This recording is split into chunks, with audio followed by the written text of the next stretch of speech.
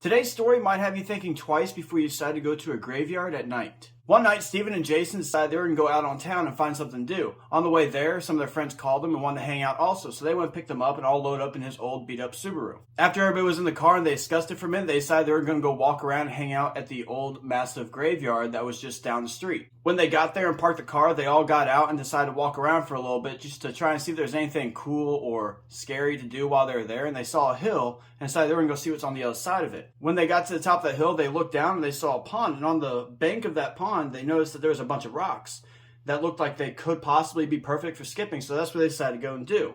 When they got to the bottom of the hill and walked up on the bank of the pond, they got ready to skip some rocks, but on the other side, they noticed there was a man that seemed to be all black. He just had a shadow casting on him that gave him no features, really.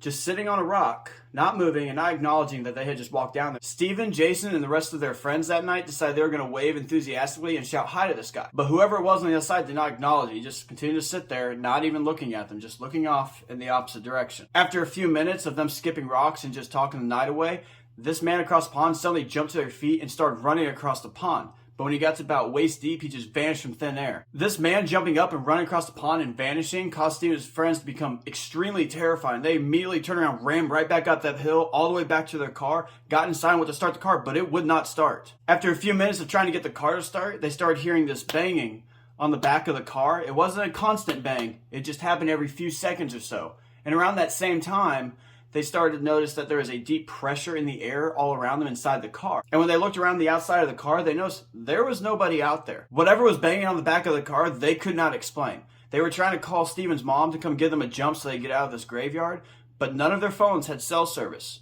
Eventually, the car did start and they ended up speeding off, and as soon as they got through the gate of the graveyard, every single one of their phones had cell service. Stephen and his friends to this day cannot explain what occurred that night and still refuse to go back to that graveyard for any reason.